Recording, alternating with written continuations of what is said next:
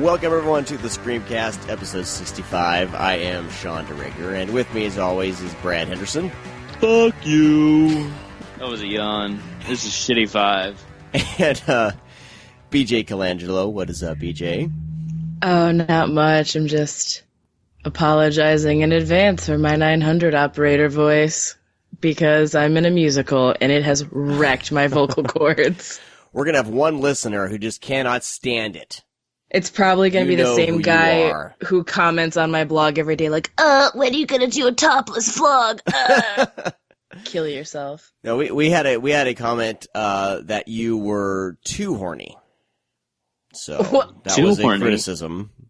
Wait, was that the same dude? People need to understand. People need to understand that self-deprecating humor is not always reality. It's an exaggeration, friends. I think this person hates women, but that's wait. Too horny? Like, what the hell do I talk about? I talk about popping boners all the time. I don't know. I don't understand. Like I said, this ScreamCast is also known as the Bone Zone. Well, you're a guy. You're allowed to do that. But if a woman's like, hey, I like sex, they're like, what? Lock her in a cage. Hold on. Lock her in a cage? No, bring her over. Caged heat. Caged heat. I'll be in the cage with the ladies. Jesus Christ. Anyway, that was a little bit of a humor that came across the Twitter feed last week, and fuck you very much. Here we go. Moving on. We are talking about 3 Grindhouse releases. This is how you make enemies. Do I sound like I give a shit? Sound like it. You're pissed. I was a bit upset that evening. But here we go. Yeah, I can tell. We're talking 3 Grindhouse releasing flicks. The Beyond, Cannibal, is it Ferox? Ferox? I think it's like Did you watch Italian. The fucking movie? Oh yeah, they did say Ferox, didn't they? And we're talking Cannibal just kidding, stupid joke. Cannibal Holocaust. You're such a fucking dad joke. That's terrible. Oh my god. Can we edit that shit out? No. Can we just edit you out? Yeah, I'll edit myself out of the podcast. And everyone will be happy because we are the perfect blend of smart and dumb. Wow, dude, you're relentless. All right. Like Lustig relentless. By the way, can we just reminisce on the freaking Lustig podcast? It was great to talk to him, and I still have a boner from that conversation. Whoa. Too horny. My boner went away when I looked up that restaurant he was talking about, and it no longer exists. And it makes me really sad. I do know where it is, so I'm gonna try and visit it and just see what it looked like because you're gonna get killed. It's probably It's Ohio. They have more serial killers and astronauts than anyone on the planet, so... What about an astronaut serial killer? He'd take you up to space and kill you. Jason X? Is that what we're talking about now? No one in space can hear you yell. Perfect. Brad, if you can whip up a poster by next week, in 2 days, and then we'll whip up a script based on the poster. Done. That's how movies are made. Fucking use Photoshop. That's how movie posters are made these days. Oh God, don't get me started. Today we will be doing a contest of some sort. I got 2 bags of coffee to give away, and we just got in stickers and buttons, motherfuckers. Yeah. We have Spider Baby on Blu-ray to give away. We will do. Do you want to add Spider Baby to this gigantic package? Yes. Yes? Shit. And a Spider Brad Baby loves Blu-ray. gigantic packages. Wow. Arrows, Spider, the region, whatever, U.S. Yeah, it's whatever. region A and B. What region are we in? A? I don't even know anymore. I don't even pay attention. We're in region USA. I'm region free. USA. So this will be quite the package, and the person who wins will be, this could be awesome. So we need to... We'll do that. Use words, Sean. Use words. You're gonna really like this thing that we have together. Here's the kind of day that I have. I work all day. I come home for lunch. My 2-year-old son comes down the stairs naked, holding up his pull-up full of shit, and says, "I pooped, Daddy." That's how I spend my lunch break. That sounds cute. I have a similar day, but they're not even my kids. That's even worse. Other people's kids suck. They're the worst. I have the same day, but it's my grandpa. Oh, that's just sad. All right. moving along, because I know how people get upset when podcasts you don't bitch get about right it to the all the point. time. I do. All right, let's jump into what's in your doorstep. Holy cow, I almost forgot. We'll get the door.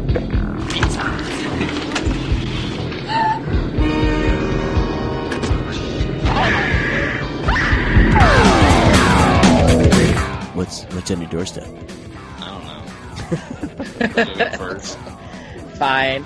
I only got one thing this week, and again, because no one wants to put actual things on my doorstep, I get it by way of internet screening links. That works.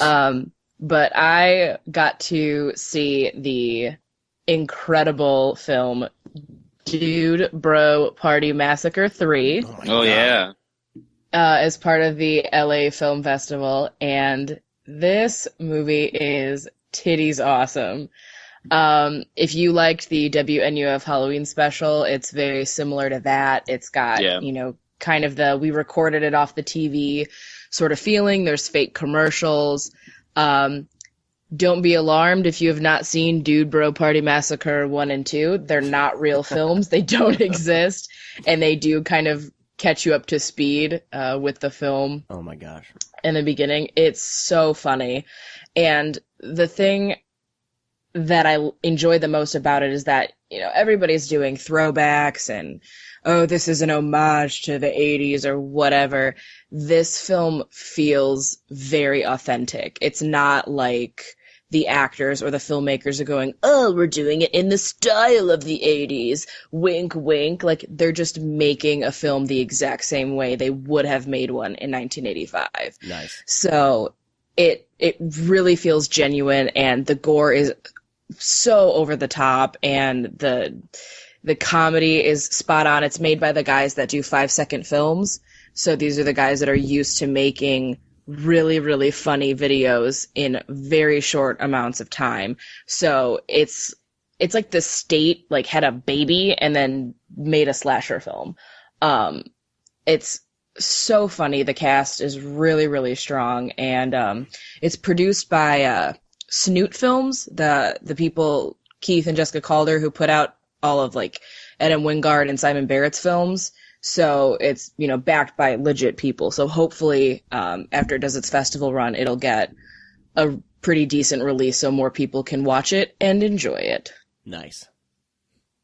Awesome. Yeah, I've been wanting to see it. So. It's funny as shit. Oh my God. And it's so homoerotic, which all 80s films were.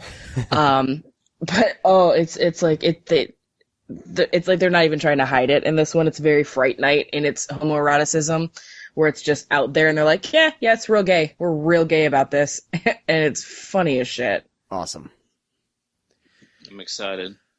All right, cool. Brad, I only got a couple things, so I'll go next. Oh yeah, go ahead. So I'm sure you have 50 things you watched, and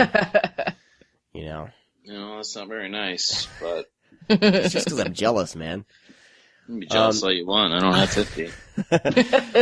All right. Well, I don't think I've mentioned this yet, and we're kind of holding off on diving into too much of this film, but I did buy the digital release of We Are Still Here on Vudu. It was like $6.99 or something, so I said, shit, I'll own that. And so I bought it and watched it. And I thought it was all right. Thought it was okay. God. It's directed by Ted Gagan. Gohegan? Gagan. Okay. Oh my God. And I'm glad this is your review. no, I really, it's a film that I really want to revisit again, especially after watching. You should, because it's really fucking good. Especially after rewatching The Beyond. I kind of, and I don't know. It's one of those things where I didn't really. I don't know what I was expecting with We Are Still Here, and I thought it was all right. I liked the practicalness of the effects. I liked it. It's the perfect blend of CG and practical, where the CG just barely is there to kind of help things along, help the effects along, and it's great. It dives into batshit craziness near the end, which is one of the things I love. So anyway, it's worth a watch, and it's definitely cheap enough to either digitally rent or even buy it. I would definitely recommend it if you buy the digital. I don't really recommend buying digital, but this was cheap enough that it was like it made sense to just own the thing. And then I'll probably buy it on the Blu-ray when it comes out. I don't say probably, I will. But that's out, and you definitely should check it out. So moving right along here. It's really good, people. Yeah, it's fantastic. I got to see it in theaters, and it was awesome. The whole audience was just roaring. Yeah, it's pretty awesome. A lot of times, sometimes I don't know what I'm getting into, or I don't. My first viewing of a movie. Don't backtrack, Sean. I'm not. I'm saying I respect the thing and I want to watch it Say We Are again. Still Here sucks. And no, I don't think it sucks at all. Nope, I mean, you can be wrong. I'm not saying that, and I have been wrong. I don't like Fight Club. There you go. Well, boom. You're also not a 20-year-old boy, so I haven't watched that in years. All right, moving along. There's a movie that came out. It was like really cheap at Best Buy, so I picked it up. It's a Korean film called The Admiral: Roaring Currents, and it's based on a famous 1597 Battle of Myeongjeong during the Japanese invasion of Korea. At least I try to pronounce shit, huh? Come on. You should never be allowed to read. Anyway, the film's awesome. It's like naval battles, like in the 1500s. In Korea, the Korean like 13 ships versus like 300 Japanese ships, and it's an epic film. It's worth checking out. And I only bring this up because it's cheap, and you don't really. It's Well Go USA, I think, is releasing it. And I don't really. Sometimes they're very hit or miss with their flicks, but this one was worth it. I guess it was the highest grossing film in Korea so far. So whoa! I know The Host was one of the highest grossing films in Korea. I like The Host.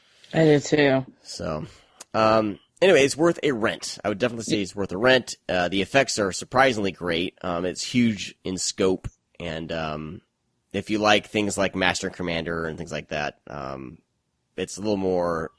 If you like those naval battles, it's like that's like most of the movie, or most of the second half of the movie. So I don't know. It's worth checking out. Plus, it's brutal, like brutally gory and stuff like that. So. Which helps. Cool. And finally, I got Chappie, and it's not necessarily a horror film, but it's Neil Blomkamp, and I wanted to bring it up because this is a flick that like people have been. It's like a hit or miss, but I really like it. I really dug it for what it was, and I think it's worth a rental at least. So I don't think the only thing I'm recommending to buy would be We Are Still Here, but Chappie was not good. Even. Huh? I was just saying, not even. Anyway, I think Chappie kind of closes off Neil Blomkamp's he said he has these three movies, District 9, brain blank on the Elysium, and Chappie are like kind of a trilogy of films in this style. He wants to move away from this style for new films. You mean movies that are set in South Africa? Right, the South African, like dystopian South Africa kind of feeling, all the robotics and things like that. So I thought it was nice. I like that it's different. I like that he's trying thematically. Like thematically, these movies are very similar, but he is approaching this theme. Because it's like, hey man, I didn't get to do Halo, so I'm going to fucking do all these other movies. I guess. But the effects are fantastic. Like the robotic effects are really great. I love the inclusion of when these police robots are in police mode. It's totally the RoboCop voice, which is great. But it's definitely more of a drama. And whether or not you like Die Antwoord, Antwoord. It's you guys D have Antwoord. It's spelled Die. D Antwoord. It's D. See how horrible I am. I'm not well, cool. I'm not going to let you say it and then get not correct. D Antwoord. Okay. Yes. Whether or not you like them, I think will decide how far the mileage goes with this film, because they are like the stars of the film. They wear their own T-shirts and they listen to their own music and they are their own names. It's really weird. Fucking ninja. But I like them a lot, so the movie kind of turned me on to them a little bit. So. On a side note about D Antwoord, there's a video of Marilyn Manson playing at some fucking concert, And he's like, all right, break time. We're going to pull out 2 people. Fucking Johnny Depp gets on stage, plays guitar for Marilyn Manson, and fucking Ninja from The Antwoord comes out and sings. What? That's outstanding. It's the weirdest fucking trio that I've ever seen in my life, but it's so badass. What did you guys think of Chappie? You guys watch it yet? I did. No, I didn't watch it because of The Antwoord. Okay. I watched it I want to see it, because of The Antwoord. Did you like the film, or did it take you out of the film with them in it so much? I thought it was really funny when I shouldn't have thought it was funny, Yeah. which is the problem. I watched it and I was like, I get that this is supposed to be serious, but I can't take it serious. That doesn't mean that I didn't enjoy it. Yeah. For me, but I'm also the same way with Shyamalan's The Happening. That I watch it and I'm like, this is the movie's funniest hilarious movie alive. And everyone's like, what are you talking about? Like, this movie's terrible. I was like, no, it's not. Rewatch it as a comedy. It's fucking great. And that's how I feel about Chappie. Like, if you take it seriously. Are there trees going on here? Are there trees and Transformers? I heard there's some trees and Transformers coming after us. This is the worst Mark Wahlberg I've ever heard. That is pretty good, to be honest with you. Yeah, everything's a question? Why is everything a question? My pecs are gigantic? Oh my You're God. done. You're so fired. All right, yeah, you're done. Are you I'm practicing? so glad I'm not one of your kids and I have to listen to you tell stories like that. Man. No, I spare them. I spare For them. now. For now. All right, well, I thought Chappie was all right. I felt like it didn't take itself seriously. I didn't think it was trying to be too serious. I kind of just went along with it, and it's like his attempt at like a an Amblin robot flick. It's like his like his attempt at Short Circuit, basically. Yeah, absolutely. And it's I kind of took it that way and just went with it, and I dug it for what it was. But I can see why people would not like it. Yeah. All right, Brad. Well, my first one is a brilliant movie. Adam Sandler is in The Cobbler. Fuck. I wasn't going to talk about this movie originally, but I wanted to because it's so fucking stupid.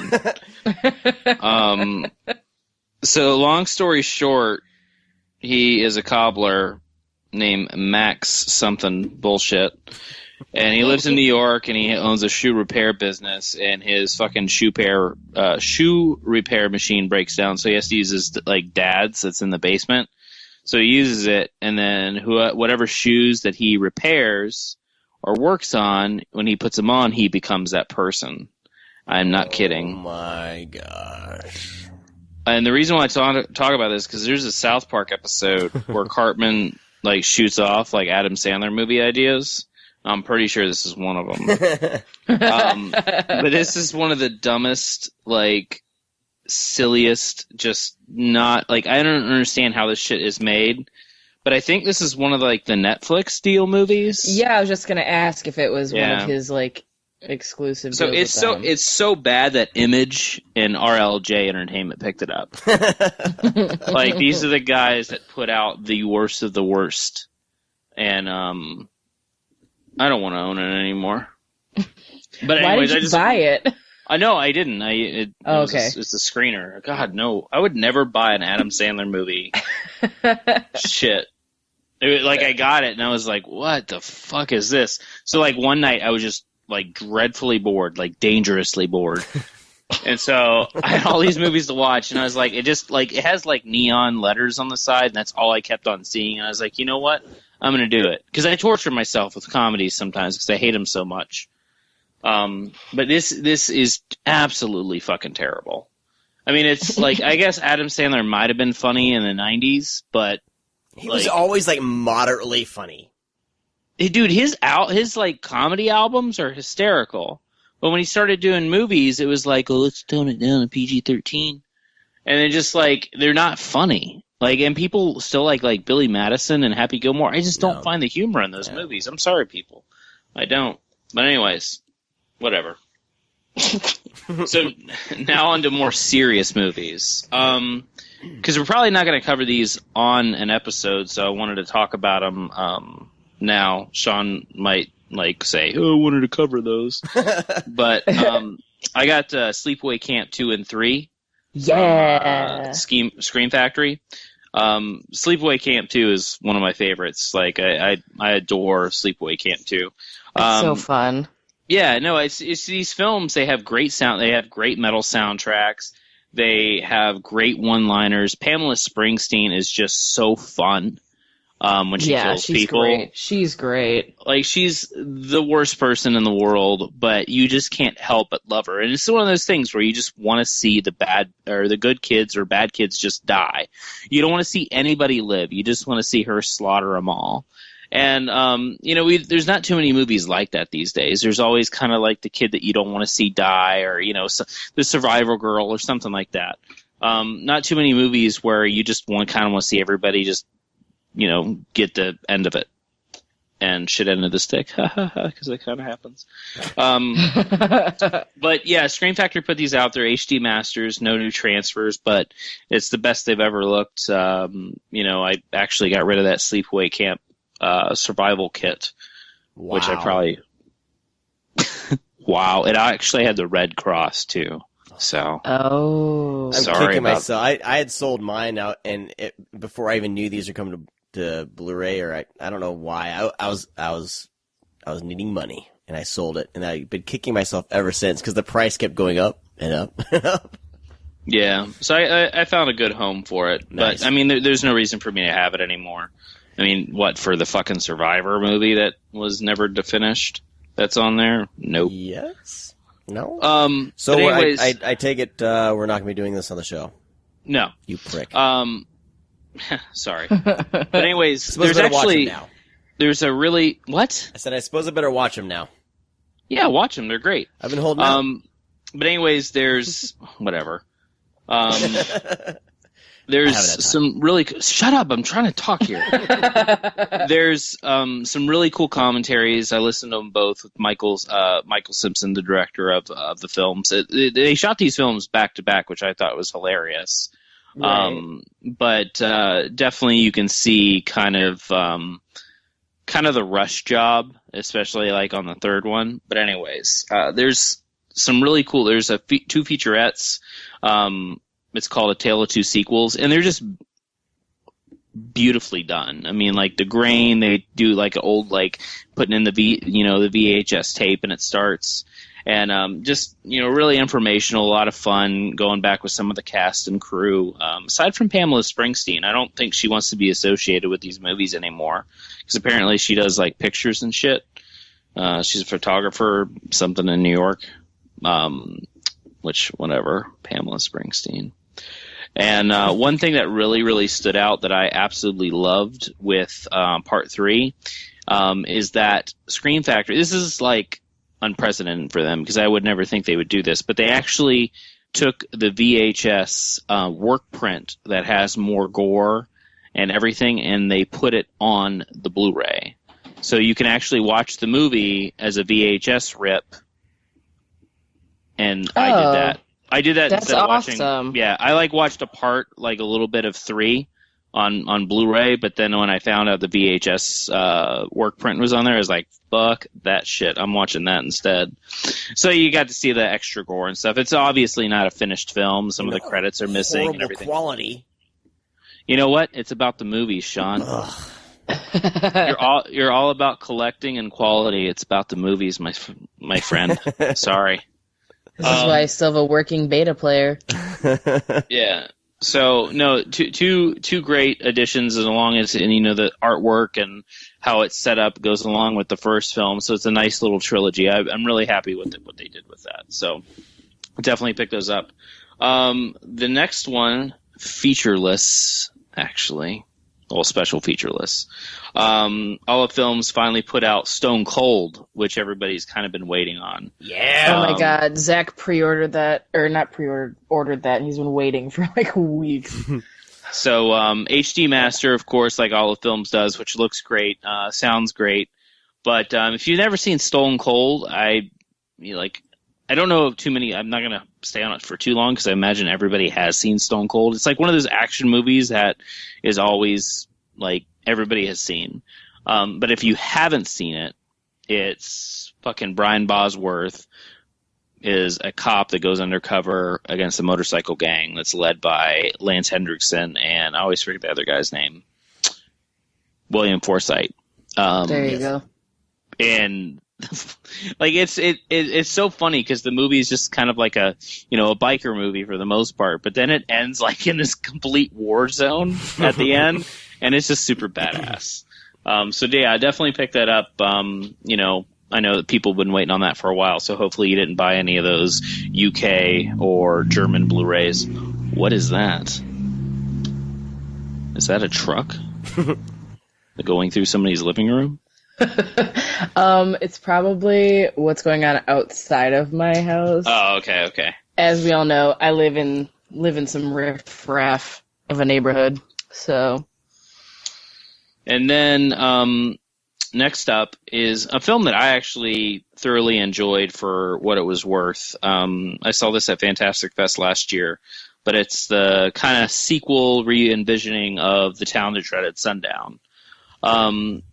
It's a beautiful movie in a way. Like, it's very colorful, it's very well lit, but definitely kind of, it is a direct sequel. It's like 65 years after the initial, the Moonlight Murders and Texarkana, and the killer is back, and he's just picking people off one by one.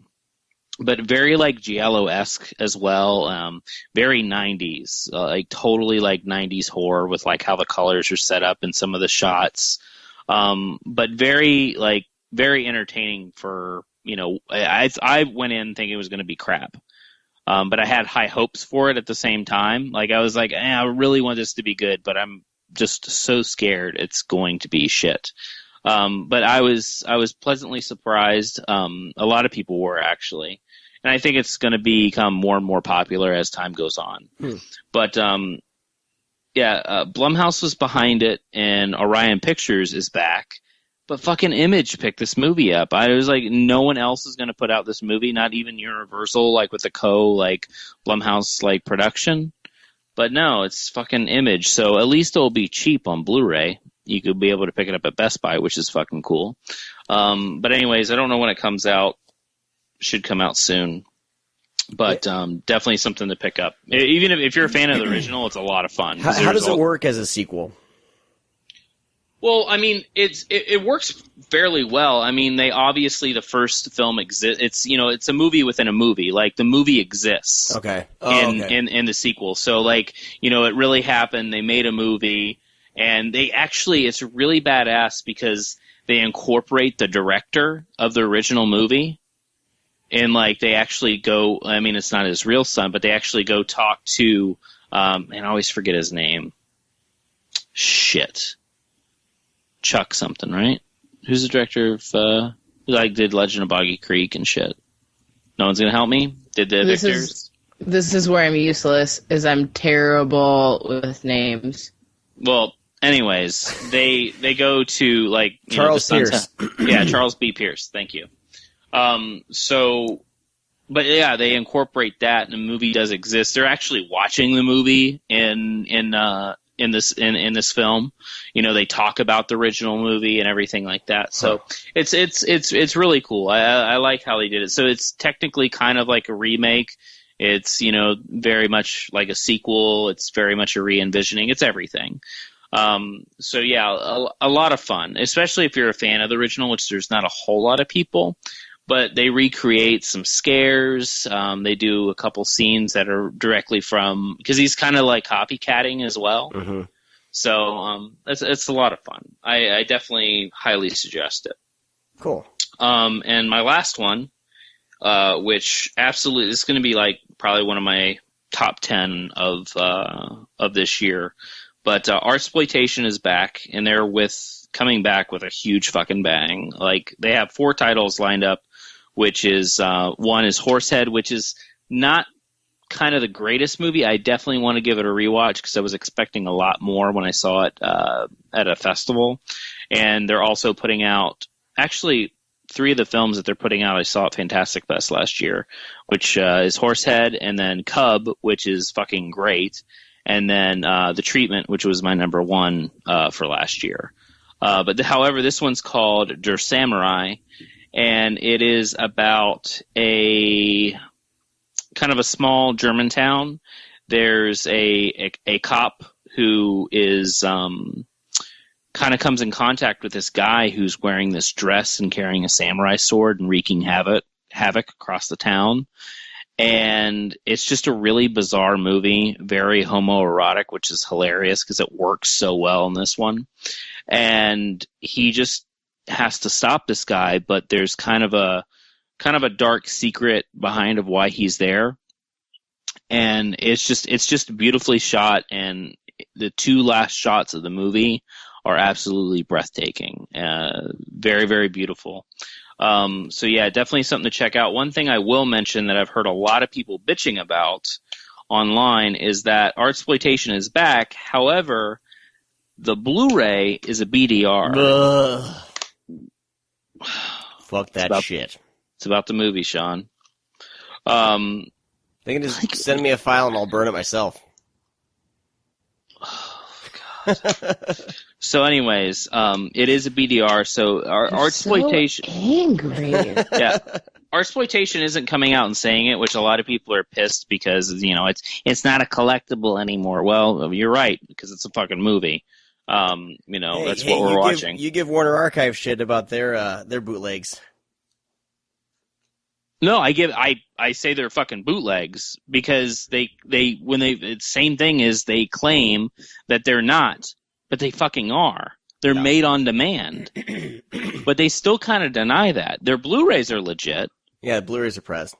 But also, at least with, their bootlegs, they're just fucking putting the movie on. Half the time, there's no fucking menu. It just starts. Yeah. At least Artsploitation has, fucking commentary and behind-the-scenes, footage. You'll spend $30 and these will last a year, and then you'll have to buy them again. People say that. They said that the information disappears. Yeah, I don't know. Do you know anything technical about that? Because I don't, I've had CDs. They're saying that. I don't know. I've had burned CDs poop out on me, but yeah, I don't know. I think it's too early to tell. I think these collectors are thinking 2 decades from now, will it still be there? Who knows? 2 decades from now, but it's gonna last. I mean, I have stuff that's lasted me. Dude, I have CDs from when I was in fucking middle school. CDRs and and DVDRs stuff that I burned myself. Me, so I don't know. It's the collectible mentality though, because a BDR just I don't know. It's weird. Maybe it's just a psychological thing. It is because the movie's here. I should say this, when I open it up like this, there's a Blu-ray inside, and I took the Blu-ray out and I put it in my Blu-ray player, and I watched a fantastic movie. So everything works. Yeah. Nothing's broken, and the quality is top notch. So if you don't like burned Blu-rays, I guess you don't like movies. But anyways, Samurai is fucking fantastic. So if you don't watch it because it's a burned Blu-ray, then you're a fucking idiot. Sorry. So, but anyways, if Artsploitation's doing burned Blu-rays, they're doing burned Blu-rays. It's probably have to do with the fact is that they were, had some trouble and they disappeared for a year and a half, and now they're back and they're probably trying to get on their feet. So they might be cutting some corners. What I heard was the first runs are basically, and for this for sure, are BDRs, and then after that they'll be press. It sounds like they just had to get these movies out. I think they're just trying to get on their feet because they've had some financial trouble, people. Yeah. Give them a chance. They're a great company. They put out some really badass movies. So cool. But whatever. I want to see the movie. I'm really excited to see the movie. The thing is these days, I understand. I collect movies too, but at the same time, I like movies. I'm just not collecting movies just to see how pretty they sit on my shelf. And the Blu-ray collecting has become it's a collector's market, like fucking baseball cards, where people just want, but they never fucking watch them. It's what it's kind of coming down to, and it's stupid. Yeah. And the more and more, and it's almost like these companies are feeding, not to harp on anybody that does limited editions, but you're also just making this market just shit. and saturated with just these fucking limited editions, and all these people are grabbing movies because they're limited. They don't give a shit about the movie. And if shit, I even fall for that shit sometimes because I bought up 2 Fred Olen Ray movies. But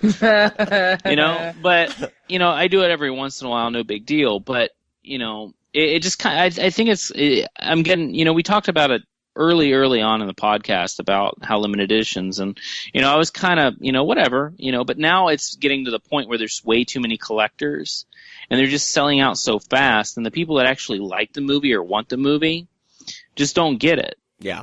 And then they end up on eBay sealed for, triple, quadruple the price. And the people are buying them just to sell them to make money.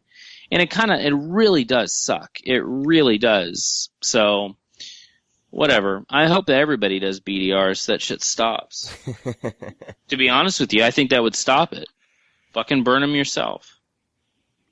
Because I just want the fucking movie in high def. Yeah, I just want the movie in high def. I don't give a shit if it's, a BDR or not. But that's how you would stop it. You have these companies people press their own Blu-rays, do limited editions, that shit won't sell out because no one wants it. Because it's not real. That's my bitching. I'm sorry. I'm done. It's all good. You're entitled to it. Thank you. It's good to be brought down to earth every now and then.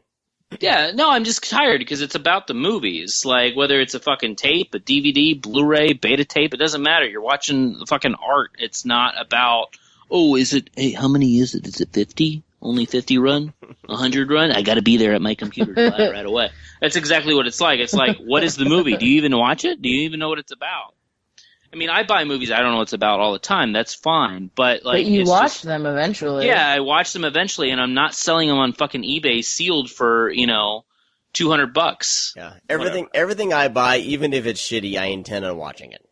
But just go type in Twilight Time, Fright Night, and look at it. Then you'll see. Type in a Scorpion Blu-ray title that's out of print. You'll see, and it's sickening, is what it is. Yeah.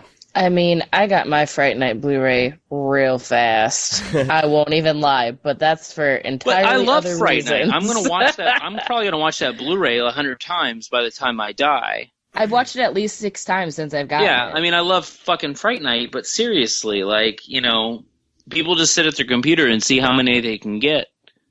It's so stupid. Yeah, I wish all movies were available to everyone who wants to buy them, and if that meant, I like collecting Blu-rays and stuff, but I've started buying a few digital things here and there, because I wanted to watch Little Monsters. Well, it's not available in high HD on Blu-ray at all, but it's available in HD through Vudu.com for $7. So I bought it. So now I'm like, I just want. You're right. It is about the movie, and if we can just get the stinking movies, that'd be great. But it gets frustrating, and it's expensive, man. Yeah, but the thing is the companies are feeding it to these imbeciles that are at their computer trying to buy them at midnight or whenever it goes on sale. Yeah. Which I understand. There's obviously sometimes there's rights. Maybe they can only do 100. Maybe they can only do 3,000. And I get that. I'm not harping on that and saying that's bad. I get it, but also how it's done. Yeah. And some people don't have limits of how many you can buy, and I can go in there and buy 5. It's just not fair. Yeah. So. Keep. The Keep was available on Netflix streaming in HD. Why isn't that out anywhere to buy? Well, it's because I think Paramount owns it. Ugh. Frustrating. I have 4 copies of it on VHS that I got from a flea market. So I got the hookup. Yeah. They were sealed too. Ooh. All right. But they're not anymore because I watched them. No. All 4 of them? No, I opened 2 of them. Don't judge, Sean. I'm not judging at all. Everyone everyone be happy with what you got. You know what I mean? If stuff makes you happy, go for it. Yeah, like buying Blu-rays. It's a sickness. All right. Moving along, let's dive into these Grindhouse Releasing Blu-rays here. So first up, we are going to talk Lucio Fulci's The Beyond.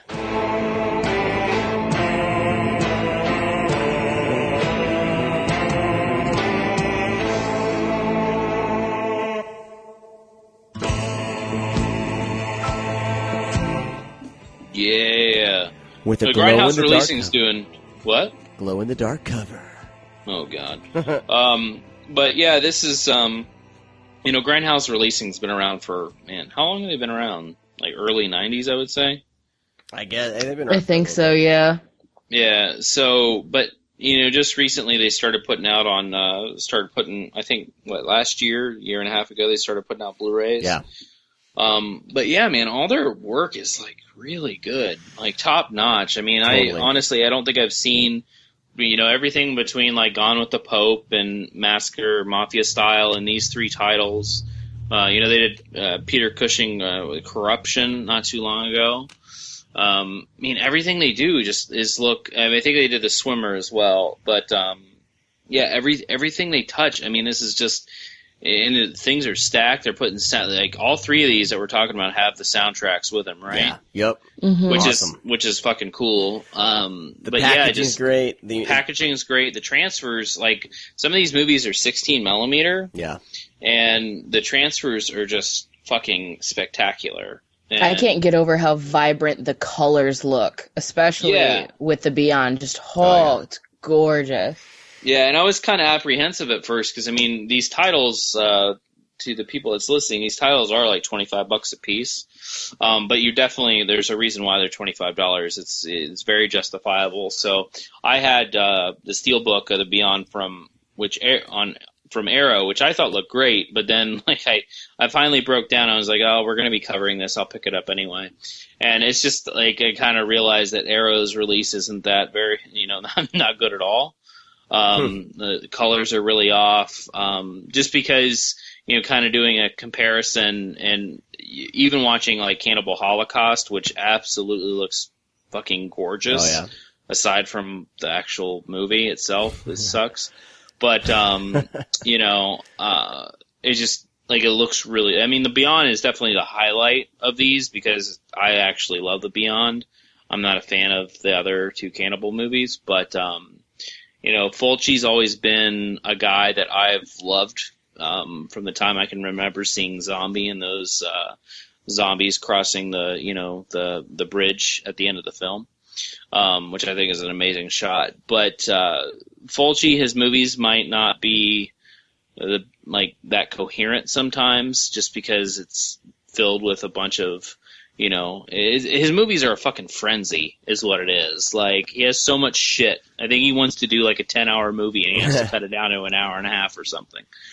But, The Beyond's definitely one of his best movies, I think, and definitely one of the most beautiful films he's done. So. Yeah, I had the big old steel tin DVD. I don't know who released that, but it had the same cover. I think it was Anchor Bay. It's Anchor Bay. I got that. And this is a film that's been released. How many times this thing has been released? It's so many times, and I'm thinking, with what I'm reading, is like this is the most complete version of the film that's been. Released. Yeah.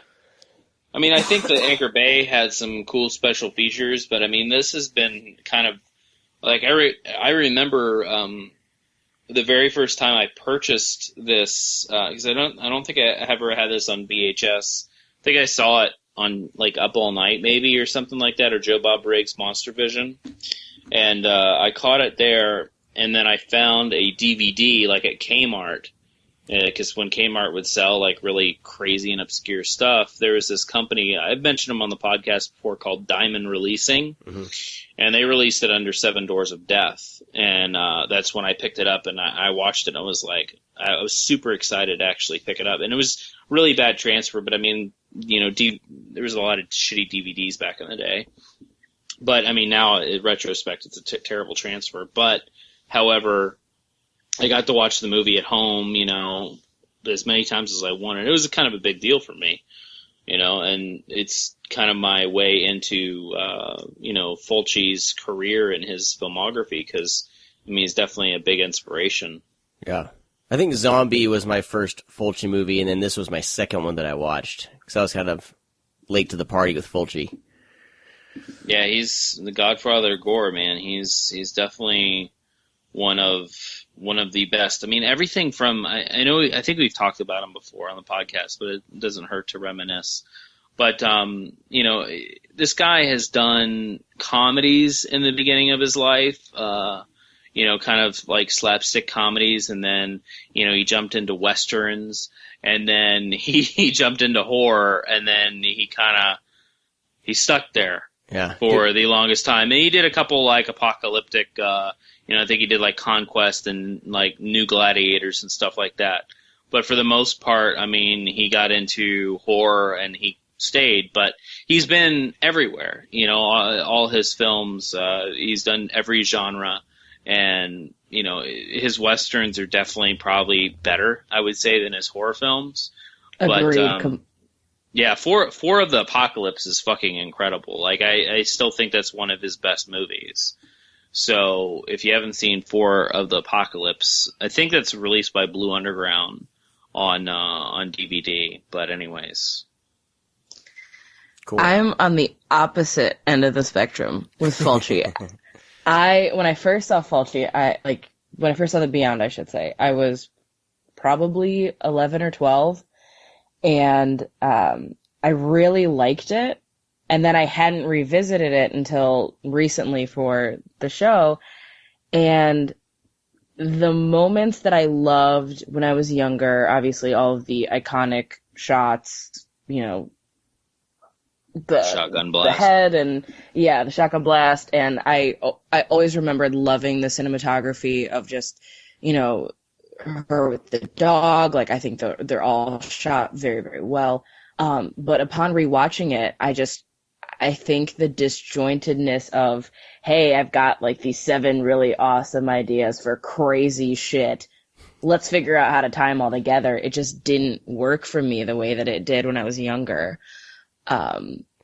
But I will never deny the fact that Fulci makes some beautiful fucking horror films. But God. But I agree with you. I mean, I love Fulci. He's a big inspiration, but I totally agree. Like, his movies are so, like you said, disjointed. I mean, Manhattan Baby is like fucking ridiculous. Like, I don't understand how that actually got passed to even be a movie. Whenever I watch his films, it makes me feel like your friend who, you know, sits next to you in the car and wants to use the iPod, like use your iPod to like play songs, but goes through like 30 seconds and is like, all right, let's pick something else. Oh, let's pick something else. Like, that's what all his movies feel like to me. It's like, oh my God, just stay on one fucking song and just stay there. But no, I think it's a good analogy. Well, just the Beyond seems like there's so many elements. There's the haunted house element. I mean, she's, you know, restoring this old hotel that was, you know, built, I guess, above one of the gates of hell or something like that. And, but it's like, there's the opening scene where that guy's, you know, found in the hotel room and beaten and brought downstairs, and that scene in like the kind of the, not black and white, but the sepia tone scene, and then it transfers into modern times, and it's more of a haunted house kind of thing. Where that's where I got the "We Are Still Here" vibe. Was from that, like the plumber goes downstairs, you know, to look at the leak. Totally related. And then all of a sudden we got, you know, slowly zombies are creeping in, and then then it's in a hospital or a ward or something, and you know he's on so many different canvases, I think. With this film, especially, it is the most recent Fulci film I've seen. So, but all the shots are so memorable. Like when she's when she walks into the room full of corpses and they're all in the body bags, you know, all lined up in kind of that half circle. That shot is amazing, and the way the movie ends is like, you know, I love that composition. So from a composition standpoint, I really, you know, dig a lot about The Beyond. It's the plot, and then I think for me, like, he seems to linger on the gore shots a little too much. Is this just a sign of the times? That's just kind of an Italian style, I think. It's like, I get it. They all do it. They're like, hey, look at the blood. I get it. His face is melting off. I get it. Yes. They like to do close-ups during, like, mid-conversation of people. Yeah. I always find that hysterical. But, yeah, I mean, I think we're all can agree together on that. I mean, because like I said, if I had to pick like my top 5 favorite fucking filmmakers, Fulci would be one of them. but it's hard to justify like if any of his movies are like truly like great. I mean, yes, they look great. They might have a great actor, they have good gore, but not everything ties in together. Yeah. Like even if it has a good story, it's told in such a way that it's not coherent to us. Like I don't know if it's lost in translation for the most part, because I mean some of these films they didn't record audio. They had to do ADR later. So I don't know if it's kind of lost in translation or like maybe Fulci is kind of crazy. Or actually I would say probably Dardano Sacchetti is kind of his writer. But I mean the other films that he's written have been, and other people have directed are pretty badass. When Fulci takes over, it takes a new toll, but another filmmaker that I pretty much love every film he's made, from the ones I've seen at least. Yeah. I think he values maybe atmosphere and composition above the storytelling. And I think that's where he shines. That, he was just maybe like a director of photography. he might have, give somebody else the director's seat, and maybe he was just kind of set up the shots, because I mean it's what it seems like, I think he would have thrived probably in the time period of like now, just with short films and anthology films being so prominent right about now. I think that Fulci's style would have probably helped him, because it would have forced him to condense down. Or, if you're going to do all these crazy things with the Beyond, make it an anthology, like 4 rooms, but it's like, here's each door to hell, and behind door number 1 is spiders eating your face. Like, that would have been perfect. Yeah, the spider scene is just... Oh my How God. long is that? Like 30 minutes? It's crazy long. It's like, that's what I mean. He just lingers on that's the one that's that one, and then some dude's face melting. It's like, it's obviously what it is that, like BJ said, it's probably short ideas, but it's like, they end up filming and they're like, hey man, we only have like 15 minutes of footage. It's like, oh wait, we got to make this an hour and a half, so let's stretch it out a little bit. Yeah. Put the spiders back on the guy. It's one of those situations. But I make fun of Fulci, but I mean, obviously he's one of my favorites. So I think he's interesting, and I think like any artist, sometimes the most interesting, the way they do things kind of outweighs their weaknesses. I think his strengths are so strong and so memorable, that it's easy to overlook kind of everything else.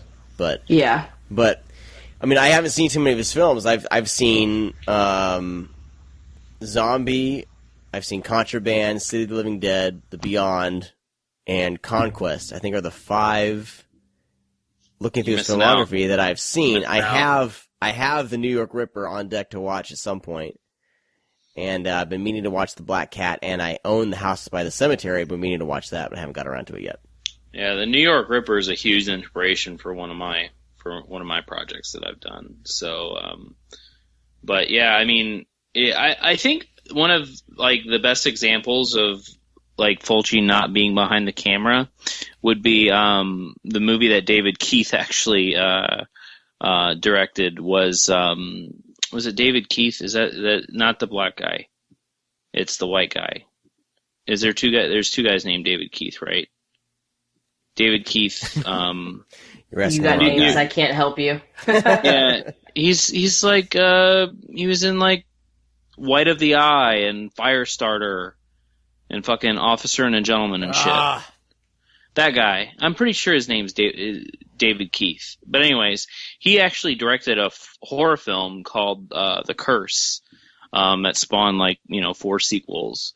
But Fulci actually did. I think he was a producer on it. And he did the Gore.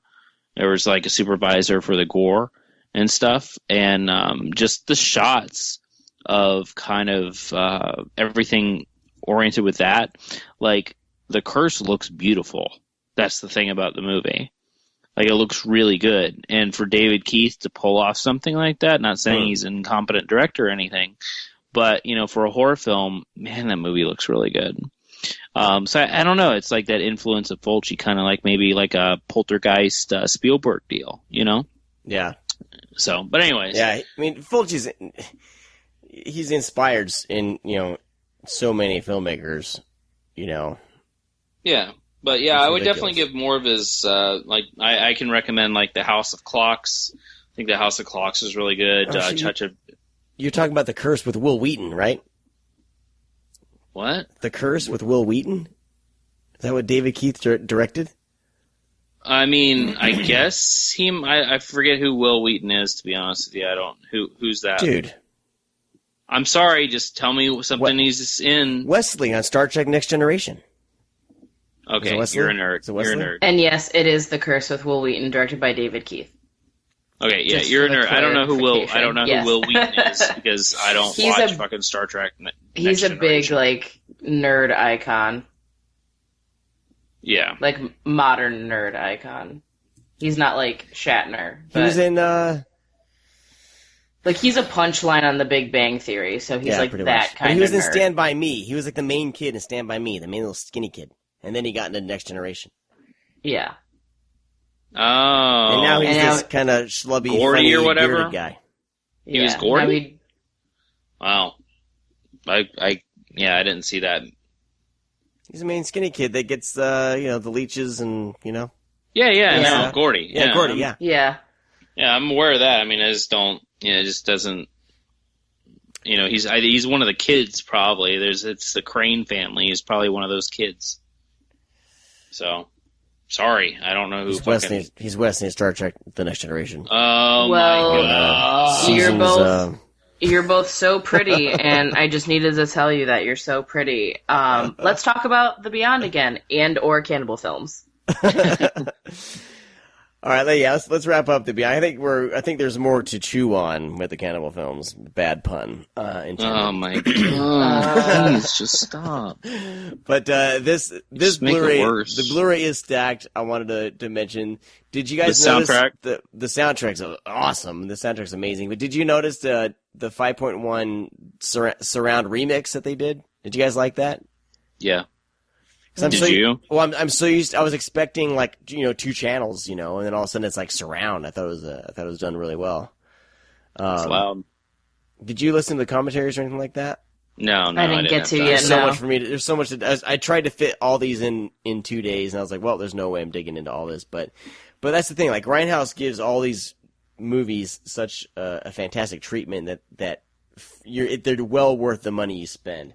It's not just because it has a glow-in-the-dark cover. It's like there is stuff in here to really dive into, commentaries and interviews and stuff like that. So it's a fantastic release. I'm very happy with it. With a soundtrack by Fabio Frizzi, no big deal. Soundtrack's great. Yep, no big deal at all. So how about them Cannibal films? Speaking of Cannonball. Speaking of soundtracks, moment in silence for James Horner. Did they really confirm that he's dead? They confirmed that he died. Scream Factory just posted a picture of Deadly Blessing, Wolfen, and The Hand, and Humanoids from the Deep. That's so sad. Yep. Lame. Weird. It sucks. He was awesome. Sorry, Debbie Downer right now. Yeah. Well, it's important to say something, though, so... I think so. It's happening, right now as we're talking, so... Yeah. But, anyway... No, it's be good choked up. He's one of my favorite composers of all time. He did Crawl too, didn't he? Yes. Battle Beyond the Stars. So, yep, fantastic composer. No Fabio Frizzi though. God, you're an ass. Yeah, I know. But the Beyond soundtrack is great though. All right, moving along here. Had to pay some respects to James Horner. Yeah, we got these 2 Cannibal films.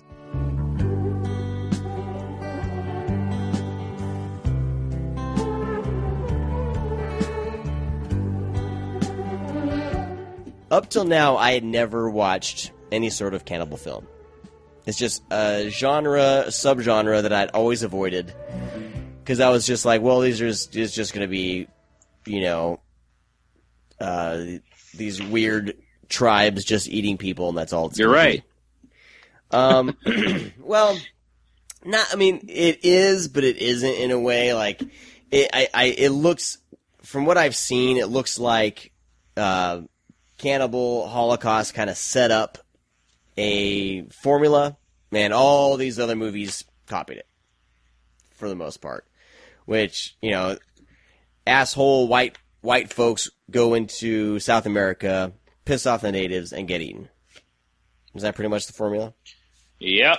Well, I mean, with Cannibal Holocaust, though, it does play kind of a different part. Because we have the initial setup of kind of like the search and rescue team to find out what happened to these filmmakers that went out into the Green Inferno. Ha ha ha ha.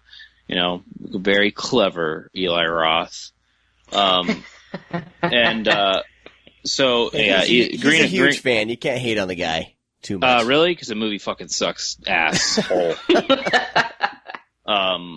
Yeah. So, anyways, the Green Inferno is kind of it's Cannibal Ferox and Cannibal Holocaust just mashed up together. That's exactly what Green Inferno is, mixed with pot humor.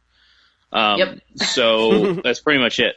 But anyways, it's also kind of one of the very first found footage movies as well, Mm-hmm. But one thing I really enjoyed about kind of Cannibal Holocaust in a way is that kind of the detour that it makes in the mid-film where you kind of find out what happens to the filmmakers, but kind of where it happened. And it's a very kind of like, I don't know if you guys have ever seen Man Bites Dog.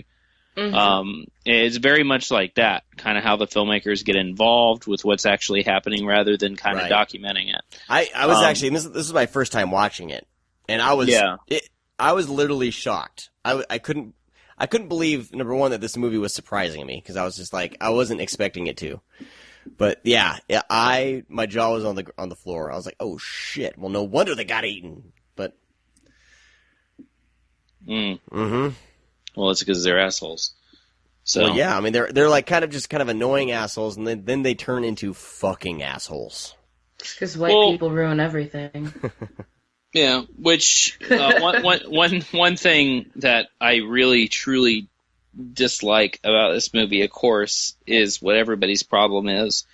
And one thing that Grindhouse Releasing did do, which I do give them credit for, is that there's a shit ton of fucking animal cruelty. And not to the point where it's like, oh, we're watching, a fucking snail die or something like that. We're literally seeing animals, like cool fucking animals, get butchered. Yeah.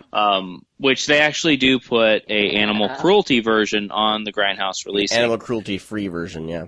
Yeah, so which I thought was cool. But if anybody hasn't seen Hannibal, which was canceled. Yeah, which is canceled. Let's have a moment for Hannibal. Oh god. But anyways, going into this film, watching it in HD and watching the not animal cruelty version, or free, I should say. I watched it again, sadly enough. But man, dude, this fucking, like, they can do all the rape and torture all they want and putting, shoving shit up women's vaginas. But it's fake. But dude, the animal cruelty shit is fucking real. Like, obviously that the rape and stuff happens in real life, but I'm just saying, like they didn't film. It's not a snuff film for humans. Yeah. Well, but the fucking turtle, dude. Yeah. Well, they were butchering it up to eat it, and that's what they did. Yeah. It's in both films. But the one thing that I read about this and the director, it was a different time back in the late 70s, early 80s with these filmmakers, and they're all trying to outdo each other. And the director did say, what's the director's name of Cannibal Holocaust? Deodato, the fucking director of Raiders of Atlantis. Okay, Jesus Christ. But Deodato says that movie? If he did it today, of course he wouldn't do that. But at the time, and the way that things were in film, and it was just kind of like there was no rules as far as that goes, and nobody cared, and it was kind of like that's how the culture was. But he did say that all the animals that were killed were butchered and eaten, so they did serve a purpose, No, they didn't. But do you think that without those scenes, the movie would pack a punch? Yeah. Because No, I think so. People do say like it's added in as so everything else seems more heavy. Well, the rape is horrifying. It's terrifying. I think that's got to be the most unsettling for me. I mean, I grew up in the Midwest. I've visited butcher shops. We had, we raise animals. We send them to the slaughterhouse. I've done all that. I've butchered chickens as a kid, so it's like for me, it's a little more. I was a little more like, oh well, they're, the animal just got killed. I don't know. It didn't have effect on myself because it was nobody's pets or whatever. But like that's a huge turtle. Yeah, but they cook it up and eat it. So they ate it. They ate the fucking turtle. But the rape stuff was like that was unsettling. And when it goes into that, this was probably it just seemed the most realistic that I'd seen in a film, I think. Because I don't really see a lot of that in movies. It's just that they just want to fucking push the buttons. It's all this movie is. Right. Yeah. And it has this huge following of like being so shocking. Well, there's no substance to this movie. The only thing that I really truly find interesting and I like about the movie is the turn of events. Yeah. Of how the story is told. Yes. What they find and what happens with the filmmakers, and it turns into a found footage movie. I think personally that is a great fucking idea. The framing concept is fantastic. It's just the actual concept and what happens. Like I feel that if it was toned down, it could have been a better movie. But I think being that it tries to push the buttons, and Deodato needed to do something kind of because he was kind of stuck in a rut until he did this, and then his career, it was quote unquote took off for the most part. But I just think it could have been a lot better. Yeah. Of a film if they would tone it down and he wasn't trying to outdo every single thing. Yeah, well, and that's what I read too was, this Cannibal Holocaust kind of started off between him and the director of Cannibal Ferox. Lenzi, Umberto Lenzi. Lenzi, and then there's one other filmmaker. They all were trying to outdo each other. Like, all these cannibal movies started coming out, and they were all Eaten Alive came out after this. That was also Lenzi, right? Lenzi? Lenzi. Dude, Lenzi. You're so cute sometimes. Dude, I'm horrible with names. You gotta understand, I'm horrible. Or just Lenzi... You're like a walking encyclopedia. Well, Lenzi the thing is he was already a legitimate filmmaker. Uh-huh. Like, he really didn't have anything really to, like, prove. He started out making, fucking, dramas, and then he was getting into westerns, and then he started doing, horror films like giallos and stuff like that, like, Orgasmo and So Sweet, So Perverse and shit like that. And then he got back kind of into westerns again, and then all of a sudden, after Nightmare City, he was like, holy shit, let's do fucking, cannibal movies. Well, he did Eaten Alive before Nightmare City. And that was kind of a bomb, or around the same time. And then Cannibal Ferox kind of was a hit in a sense for the cannibal films. Well, I think with Eaten Alive, he uses footage from Deodato's movie. Yeah. If I remember correctly, which Eaten Alive is not very good. I'm pretty sure that he does. Yeah. That's funny. But it took him a while to get out of that rut, and then he came back, and I think he went out with pretty much a bang. So, yeah. So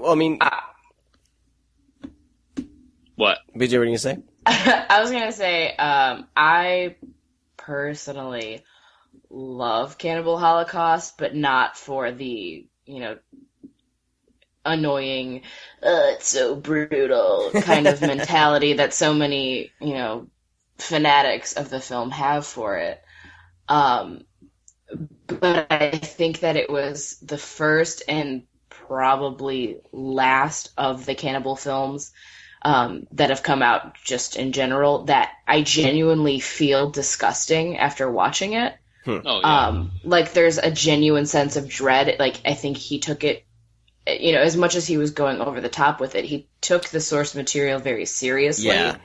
Whereas I think like Cannibal Ferox is, it's pure exploitation. Yeah, and it's like if not Fulci even made a cannibal movie. That's what it feels like. Kind of. It's almost like we're making a cannibal movie, but we're trying to make it fun. Whereas Cannibal Holocaust is very much like, it's just mean-spirited. Yeah, it's brutal. And, I will never in a million years say, oh yeah, we should be killing animals for entertainment, because I think that that's fucking vile and disgusting. But I do appreciate the fact that they do provide the alternative without the animal cruelty. It reminds me a lot of, I don't know if you guys have ever seen the Tex Avery cartoon warnings. No. Well, Tex Avery cartoons, when they run on syndication, will sometimes show like the Uncle Tom cartoons. Okay. But before they show them, they post a warning that says, like, they do not represent what we believe in, but we will present them the way they were originally created, because if we edit them, it's as if we're pretending that the prejudices that were, shown never existed. And I think that it's very important, both historically and socially, for, a film like Cannibal Holocaust to exist in its form so that we can see, not only how far we've come as, a society as far as what we've deemed acceptable in our entertainment, and also the way that we treat, animals and human nature and Mother Nature in general. Because I think when you have the problems that we do have with like deforestation and, factory farming and whatever you want to get into, it's important to take an example like a Cannibal Holocaust and say, hey, like, this is what's really happening. Like, this isn't some, like, shitty PETA propaganda. Like, this is what people really did for fun in the 70s. So I can only imagine what they're doing for profit now. So as disgusting as it is, I'm glad that we have the option to see it in both forms. One of the things I thought that was, like, really interesting was I felt like Cannibal Holocaust, they tried to have a point as in, like, who are the real savages? They kind of ends with that question. But in the back of my mind, I'm thinking they did, actually harm animals, throughout the filming of this movie, which it kind of, I mean, maybe at the time, that's the thing is how society changes. People didn't care. They just knew that they saw this film. It shocked them, and it, in a way, was thought-provoking in a way, but nobody was thinking about the animals.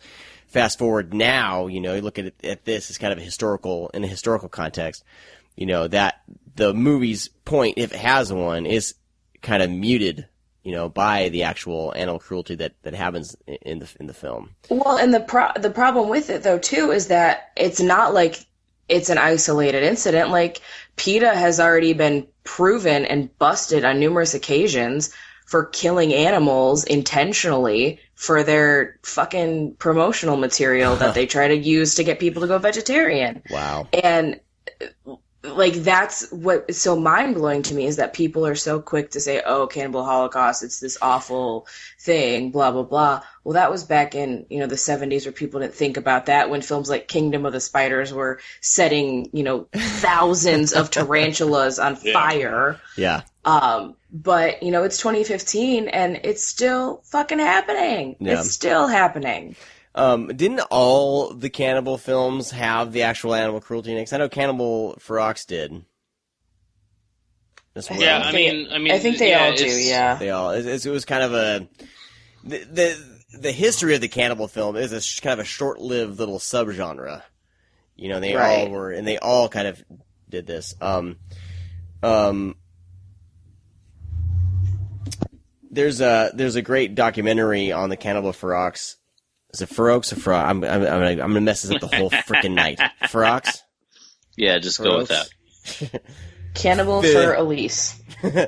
The reason why I actually, because I wasn't gonna buy Cannibal Ferox at all, but I saw that it had this feature-length documentary called Eaten Alive, The Rise and Fall of the Italian Cannibal Film, and I was like, well, shoot, that's worth my money right there, just because I like, if I'm going to have a Blu-ray collection, I want to have at least have some historical merit, some educational merit to it, and so I got it for that documentary, and it's fantastic, and definitely, I think, makes the set worth owning, I think, for Cannibal Ferox, because Cannibal Ferox is definitely exploitation, like we've said, and kind of moving into that where they took some actors from Cannibal Holocaust. The main, like, there's the police detective, yeah, who's what's his name? But he's in Cannibal Ferox, and then they have the blonde-haired guy who's in Cannibal Holocaust. He's in it. And I don't know if any other actors are in there, but it's like they're all kind of taking the same actors and putting them into the movies. But this movie definitely... that's just Italian cinema, though. Okay, I mean, yeah. That's just how those things work. Okay. But, this one definitely, like, there is no kind of underlying, there is no point, there is no theme to the film. There's no, the filmmakers aren't trying to make a point. There's a lot of inner monologue voiceover, which I thought was hilarious. In Cannibal Ferox, there's so much like, oh my god, they are eating people. This is how I feel. And it just comes out of nowhere. It really does. All the crazy voiceovers. Am I alone on that one? Am I the only one that noticed the voiceovers? No, I noticed that. Yeah, there's a shit ton. And dude, Josh Lucas is in Cannibal Ferox, if anybody wants to know. Josh Lucas. Yeah, the dude is like, he's the like main guy that goes crazy. Oh, okay. He looks exactly like Josh Lucas. Josh Lucas. Yeah, gotcha, okay. I forget his name. Josh Lucas is in this? No, I forget the guy's name. Yeah, I forget his name anyways. He's a crazy guy that wants to cut off like dicks and stuff. So Cannibal Ferox basically, same setup, like white people in the Amazon. The thing that's different, I think, about Cannibal Ferox though is I think there is at least two characters that you get to kind of care about, and they're actually decent characters, kind of thrown into this mess with a bunch of with a few other psychopaths, a couple other psychopaths. One guy who's doing so much cocaine, it would kill a horse or an elephant. That's Josh Lucas. And he's kind of the start of all their problems, and I think this one, I think that the gore scenes are a little more in your face. Yeah, but they're kind of your regular Italian gore scenes. I mean, there's nothing really stand out. I mean, there's the eyeball sequence. I mean, he cut off his dick and he put it in his mouth. Oh, whatever, It's not rape, and rape's more horrifying than that. This is definitely less rapey than Cannibal Holocaust. I will give it that, and I did appreciate that. Oh, the only my difference between the two, though, is I feel like Cannibal Holocaust takes the I spit on your grave approach of it being realistic in the sense that, like, you don't get to look away, whereas Cannibal Ferox, I feel like, is very much like, this is happy fun time rapey cannibalism, and it's like, no, don't do that. That's like that. I guess blatant disrespect for it but is what makes it problematic for me. Whereas like Cannibal Holocaust, to me it feels like they accept and understand, like, this is horrifying and disgusting and terrible, and we're gonna make sure you know that. whereas the other one is more like, whoa, look at how edgy we are. And I think that happens, though, with a lot of kind of subgenre. Like, one movie will come out, and it'll blow everybody away, and it'll be really important in cinema, and then, down the line, all these other movies will follow suit. I mean, look at, for example, Scream, right? We had the, young people who are kind of hip and smart, they know what's going on. That movie was fantastic. Then all of a sudden you got I Know What You Did Last Summer, and then you got Urban Legend, and all those kind of go down the line, and they're all horrible. I Know What You Did Last Summer is based on a book way before Scream was written. Okay, I'm trying to make a point here. Just to say. By the film. So I Know What You Did Last Summer was written in the 80s. So this happens with... Actually... with the Cannibal Ferox. It's not the same thing, though. I was going to say, I Know What You Did Last Summer is, like, completely different story-wise, but Scream came out, so then they changed it to fit that mold a little. Yeah, Kevin Williamson wrote that one first, but couldn't get it off the ground. That's hilarious. Yeah, so technically you're both right. But that's what happens, like, with modern cultures, too. Like, something comes out and is groundbreaking, and then they just run it into the ground and just churning things out. And I think, but I think that's what's kind of cool about owning both these films. You have kind of both extremes. You have more of, if you want the art house version of a cannibal film, Cannibal Holocaust, and then you got the exploitation, cannibal film, Cannibal Ferox. So, both, best of both worlds there. I guess. I can never imagine a situation where I'm going to sit down and rewatch these, but as curiosity, I think you should do family time. Yeah, I was like trying to read the booklet, and my kids are running around trying to hide the booklet. So, speaking of, I know I mentioned this to you guys earlier, but I think that it makes for a pretty interesting thing. My parents let me watch whatever the hell I wanted when I was growing up. They did not care. Like, for example, South Park came out when I was like 7, and whereas all my other friends, the parents were like, you are never going to watch that. My parents were like, you need to watch this. This is fucking great. So anyway, I was like in junior high school, and one of my friends got a hold of Cannibal Holocaust. She's like, you're not going to believe it. They like killed animals in this, and there's like a girl on a pole, and like they really did it. Like they really put a pole through this woman. They like killed an indigenous lady. And I was like, all right, yeah, fine, let's watch it. And my parents came home, and my mom looks at the screen, and she notices that we're watching Cannibal Holocaust, and she went, I probably should stop this. But I think you'll figure it out for yourselves who the bad people really are. And I was like, okay, that's fine. And then about 20 minutes later comes by, and my mom's like peeking around the corner, and she just goes, hey, isn't it fucked up that the score is like really gentle? Isn't that weird? And then walks away and says nothing more about it. And I was like, yeah, that is really messed up. No one ever talks about that. The score is so messed up and just juxtaposed and it doesn't fit, and it makes me uncomfortable. Oh yeah, even the beginning of the film, it's like super happy, like some kind of 90s drama. Yeah, it's so weird like and gross. Gin Blossoms are the beginning of the soundtrack. Cannibal Ferox takes that to the next level whenever they're in New York. Yeah. Whenever they come to New York, it's just insane, I don't know, jazzy kind of... Yeah, when they're following that one guy, like, walking around. Power of music, man. It's great. Yeah, I mean, I always avoided, like, I was sheltered from a lot of horror flicks as a young kid growing up in an evangelical Christian home. So, gross. Yeah. I basically thought that I was going to be, if I watched The Exorcist, I was actually going to be, possessed by the devil. So throughout my life, I've been adding I have my list of shame and horror movies. I miss this, I miss that. I need to add this and watch it at some point. So I'm a lot of these movies, like the extreme movies like this, I'm kind of catching for the first time. But it's fun. It's fun to catch up on. It's kind of exciting, though. I think so. That's why I was surprised by Cannibal Holocaust, because it's actually, like Brad said, like, as a film, it's actually really well made, and it's easy to see that how people could at that time, think that real shit went down. I mean, the director was arrested, and he had to. I think most people know the story. He had told the actors to stay in hiding or to not be public for a year, after the film was made, and the only time they had to resurface was when he was brought to court on murder charges. So he had to show that actually everyone was okay.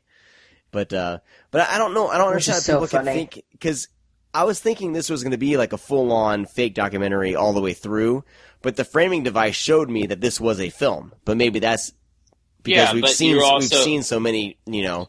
Right, but you also are also stupid. Yeah, the people actually, like, they knew they were going to die. You know, it was that kind of thing, like a snuff film. Like, we're in a movie, but we're actually going to let ourselves get murdered. Oh, God. You know, so, I mean, it's that type of thing. So it's just crazy. But, I think that the story of the filmmaking is what really elevates Cannibal Holocaust for me. But, like I said, I was surprised at how much I was really getting into the film and how it surprised me. And there are twists, you know, and turns in the storytelling of the film. And then it just gets, you know, ridiculous and gross. And, you know, I was waiting, you know, with these cannibal films, it seems like all they do is hack off things and then pull out guts and eat the guts. There's no cooking involved, you know, there's no. Well, yeah, if you eat it raw, you never be okay. I guess. I was imagining maybe. No, it's not your guess, it's the truth. Well, I mean, you'd think there at least would be a little bit of culinary, you know. Well, no, I mean, if you kill a deer in the dead of winter and you rip it open, you eat it, it's fine. Yeah. Well, especially because that's the way that they all eat. Pretty much, like when your entire diet, your whole life has been, you know, raw meat and innards, you're gonna be used to it, and it's not gonna make you sick. So there's no use to having to cook it. Whereas everything that we eat has to be like prepared properly or whatever, and then otherwise we get E. coli and shit. I think maybe that's why I really connected with Ravenous, was because at least in Ravenous, you know, there was some, you know, some culinary style to the cannibalism. Or like We Are What We Are, where people look like delicious chili that I really want to eat. Oh, I need to watch that still. It's so good. It's really good. Now, so good. I wanted to bring up like these indigenous tribes that they filmed, you know. I don't know, man. I think it's that's a whole like social issue. I think that might be a little fucked up. Is it fucked up? That's like it's fucked up. It's taking advantage of people that it's really fucked up. Which is and that's the biggest thing that surprises me with Eli Roth wanting to kind of pay homage to these movies by going to a tribe that had never even seen Ice Cubes and then using them in that way. Now, I haven't seen Green Inferno, but just watching Cannibal Holocaust, the things that they're asking these native tribes to do, like to simulate rape and you know, a massacring of these people and all this stuff. It's disrespectful is what it boils down to. It's the same thing as, like, rumor has it that, you know, Eli Roth screened Cannibal Holocaust for that tribe that he filmed with. They didn't even know idea what a movie was. Yeah, the first thing they see is freaking Cannibal Holocaust. Yeah, and I don't know. I think it's... I don't know. Personally, I think it's really fucked up, and I wouldn't do it. I mean, but if that's what people do, that's what people do. But it's super fucked up. Yeah, morally fucked up. Yeah, it's terrible. And like the thing that's awful about it is that because we as a society tend to view, you know, those that don't live the same way that we do as, you know, savages, so to speak. I mean, there's like that joke about why people hate America is because we have a game show called Survivor where we make people live where there are people that actually live there. Like there are tribes that live there already. And it's only when you can kind of draw a correlation to something, I guess, that is more palatable for modern audiences. Like there's this guy on YouTube, I can't think of his name, but he's like this stupid uppity white guy who goes into like really, really poor urban neighborhoods and fucks with people to get it on camera, to get their reactions, and then like gets thousands upon thousands of YouTube hits where he'll like, you know, go into urban neighborhoods and like start dropping the N-word at people to see like, oh, this guy was packing or this guy's gonna beat my ass. It is so fucked up. And, like, you look at that and people are like, oh, this is terrible, this is awful. I'm like, do you know what this is? This is the exact same thing as going, you know, to these indigenous tribes and fucking with them to get it on camera. Like, it's really screwed up, and the fact that people just, you know, brush it off as if it's not a problem is kind of despicable. Yeah. I mean, the more I think about it is, it's just weird. Like, Cannibal Holocaust especially, because what it's portraying, the whole theme of the film is who's the savages? Well, the white people are, because we go in and they're the filmmakers are trying to get a reaction from the tribes, but in a sense, didn't the filmmakers do the exact same thing? Yes, exactly. I mean, I don't know. Like, that's something I'm hoping there's more in the commentary tracks and everything, talking about this and how they worked with them and, what it was like, and how, and now that time has passed, how do these people in these tribes react to this? What are their thoughts? And that's the one thing that keeps going around in my mind, and there's got to be something somewhere. So maybe when I dive into all these, all the special features here, maybe these questions will be answered. But I mean, when you have Eli Roth that jumps into this, indigenous environment, and he has these, this tribe do things, or even, take for example Cannibal Holocaust and Cannibal Ferox. You have these people doing these things, and then you pack up your bags and you leave, and we have a movie. But where does that leave them? Yeah, exactly. They have no idea. They're a remote tribe. They have no contact with anybody else. Like, what do they think? What did they see? They don't understand what they saw. That is that going to affect them long term? Like, what kind of psychological impact does that have on maybe the kids in the tribe? Right. Because obviously, even though they were young and, it's a completely different world out there, they're still impressionable. It's still a child.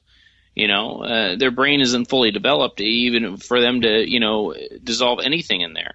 So, it's sickening, and it's ignorant, number one. And it's fully ignorant for people to get behind the idea of going out there and using these tribes and then just leaving them alone. Is it that really hard to fucking get actors for this stuff? I mean, it doesn't add any like realism to it. It makes you feel bad for even watching it, Mm-hmm. So that's what I'm saying. These cannibal films, all of them, and I hate Green Inferno for other reasons, just as a movie alone. But I really hate the story of how it came about. Like, it's garbage. It really is. So the story of how Cannibal Holocaust came about? Well, no, just a Green Inferno. He went out there and right. he screened Cannibal Holocaust to all these people. Like, what are they? Like, it was funny because he came back and he's like, well, they thought it was funny. Well, how do you know what they fucking thought? Yeah. Like, number one, you can't speak to any of them. And number two, like, now you're gone. What are they doing right this instant? Like, you don't know the impact that you might have had. Yeah, that's interesting. So, you have this rape and shit. Oh, I'm sorry. I was saying, but the fact that there are so many people that are encouraging this. Like, oh, did you hear what Eli Roth did? That's so badass. That's not fucking badass. Like, that's horrible. Yeah. I could go on about this all day, though, and I'm sure you could as well. Yeah, we're going to go around in a circle on that. Yeah. It's just going to be a giant circle of fuck you don't manipulate indigenous people, you fucking assholes. Well, now I really want to dive into the special features here, and if you're listening to this and you've heard these, you've dived through the special features, definitely let us know if they address this at all. But hopefully within the next week I'll be able to get through all this. But that is a question that I haven't heard anyone really ask.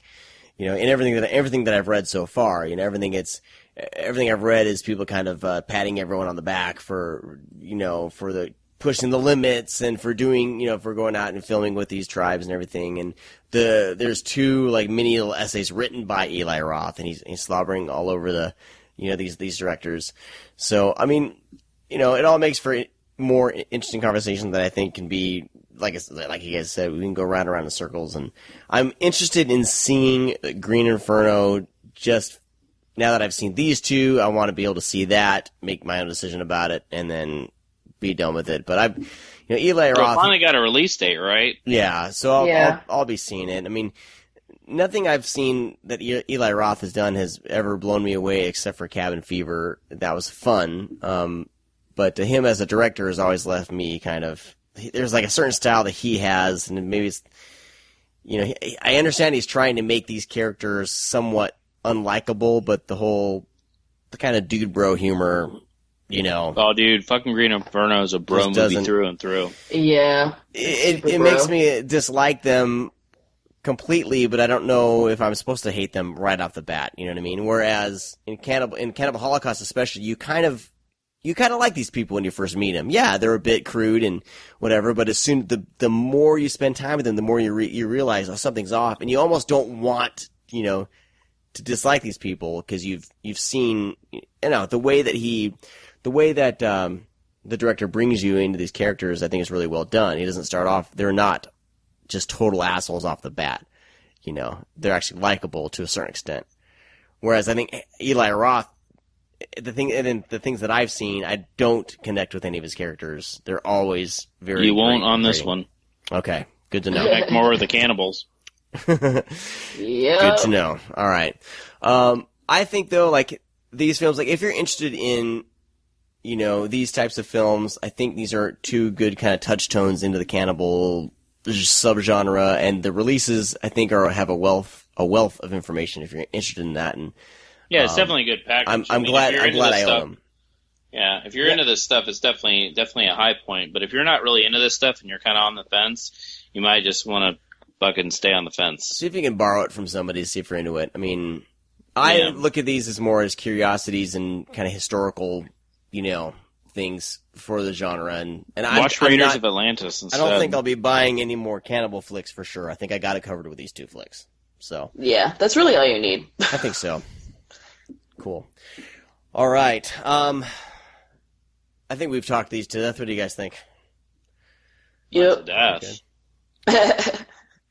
Well, now we're going to do we need to send you guys off our with weekly a contest. Raiders of Atlantis.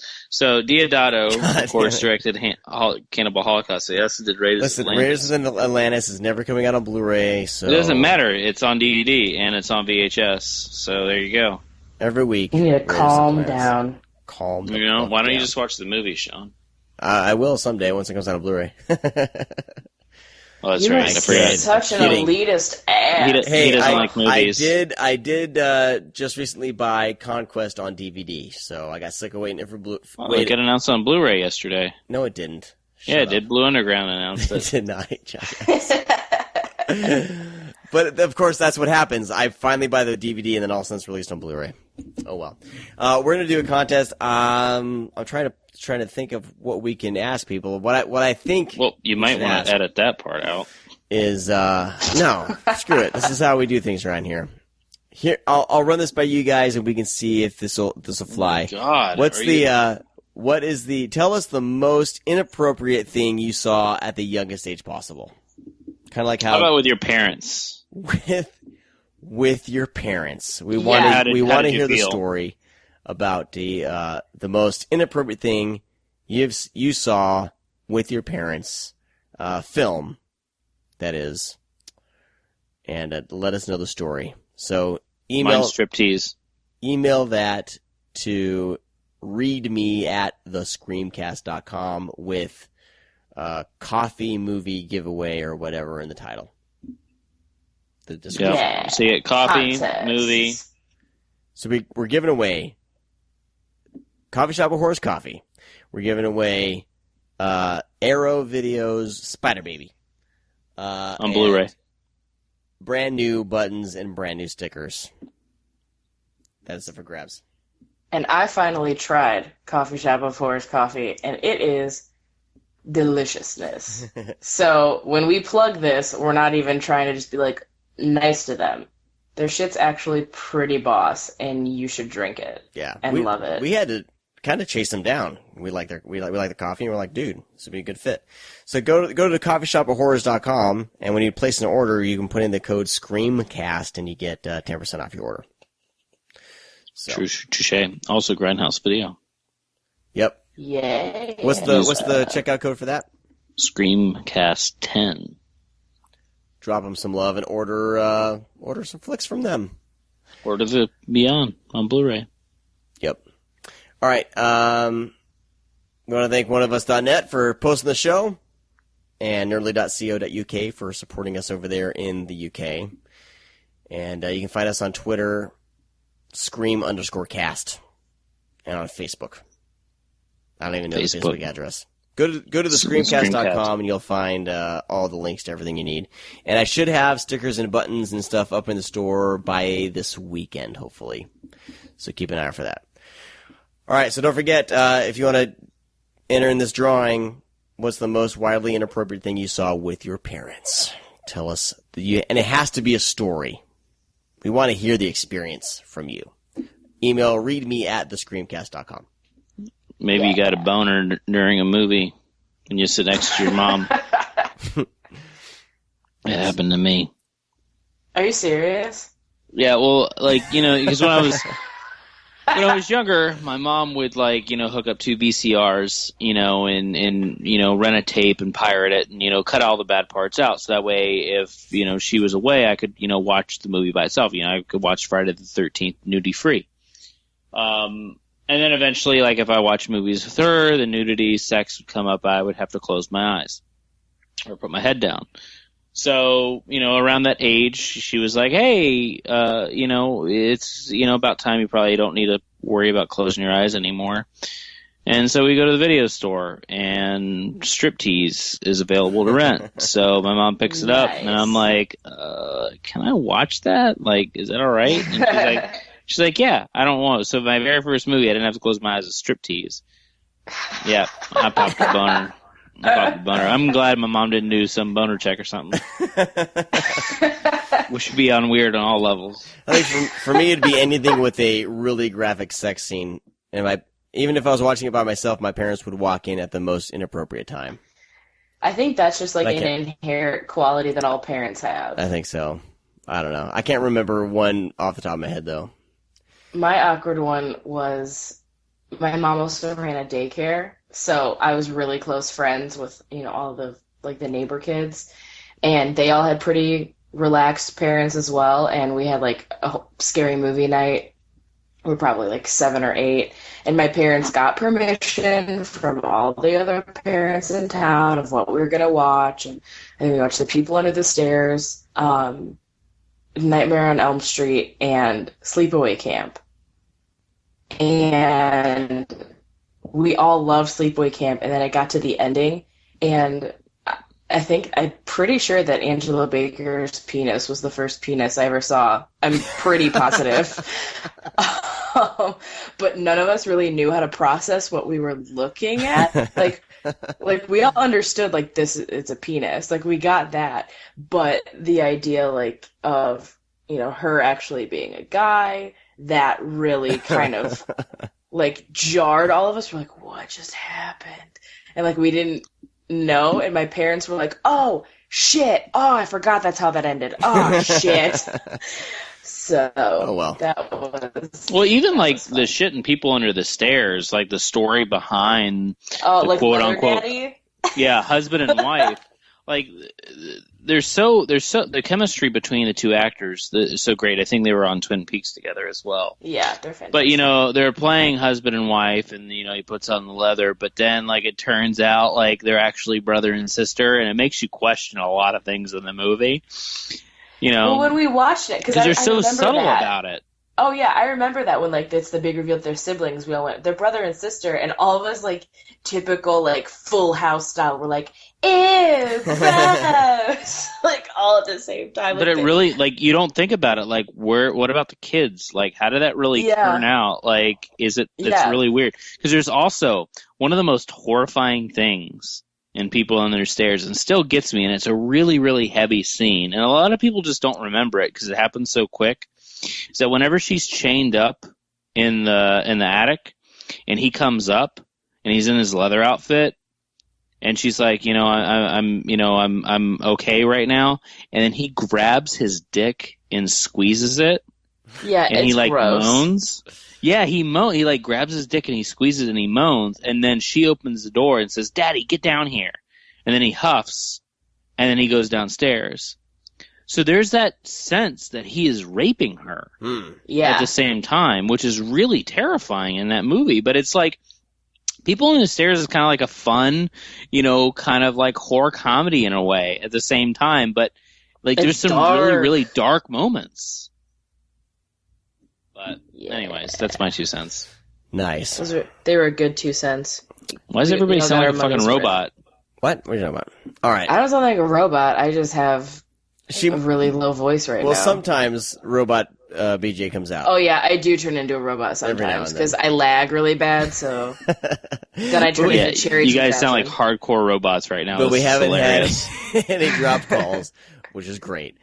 All right, and with that, everybody, we'll talk to all you guys next week. We're excited about next week's show. We are going to talk to the directors of Spring. Oh, if you guys said that I was too horny last week, you're about to be in a world of hurt because I love Spring. It's going to get real awkward real fast. Get ready. Robot horniness on the way. All right, everyone. Have a great week. We'll talk to you next time. Bye-bye. Bye-bye. Bye. Oh, don't tell me you're leaving. The party's just begun.